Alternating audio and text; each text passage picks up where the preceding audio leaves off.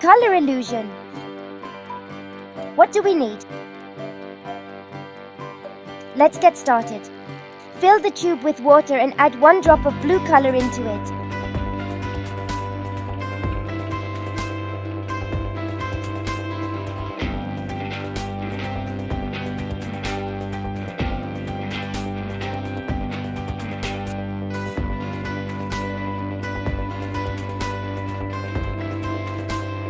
Fill half of the cup with water and add 3 drops of yellow color into it.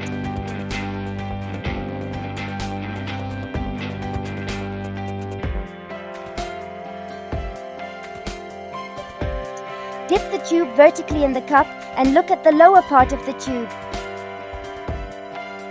Did you see the green color? Whoa! Wow! Scientific explanation. The colors appear to be mixed with each other, creating a secondary color, only from your line of sight.